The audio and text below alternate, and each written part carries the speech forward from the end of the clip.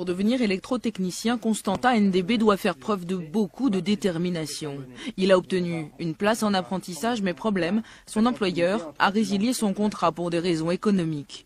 Voici 6 mois qu'il cherche une nouvelle entreprise en alternance. J'ai envoyé des courriers, je me suis déplacé, je suis dans des chantiers, j'ai fait des stages. À la fin, ça promet, on va te prendre après un coup.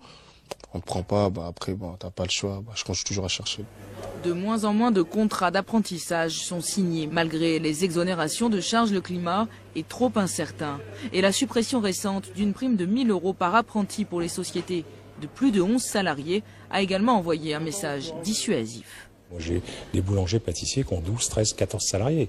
Donc ceux-là ont perdu la prime. Donc de fait, d'office, ils ont décidé de ne plus prendre d'apprentis. Et ça, c'était une grave erreur. 4 000 offres de postes en alternance sont à consulter à la Cité des Sciences et de l'Industrie. Cette entreprise, avec 200 apprentis en Ile-de-France, joue le jeu, mais doit se limiter, car ces formations ont un coût. C'est un investissement humain et un investissement financier. Donc il va de soi que si on avait un peu moins de charges, on pourrait prendre beaucoup plus d'apprentis. Autre problème, certains ont les postes, mais pas les profils. Cette société de logistique et de maintenance a donc décidé de développer son propre cursus en fonction de ses besoins. On a pris le parti de recruter nos futurs techniciens spécialisés en machines-outils à commande numérique. Donc l'idée, c'est vraiment de les faire monter en compétences dans ce domaine avec des tuteurs qui sont des experts.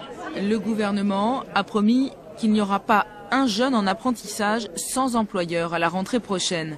Une promesse qui nécessitera de nouvelles mesures pour encourager les entreprises et sur laquelle se fondent de nombreux espoirs.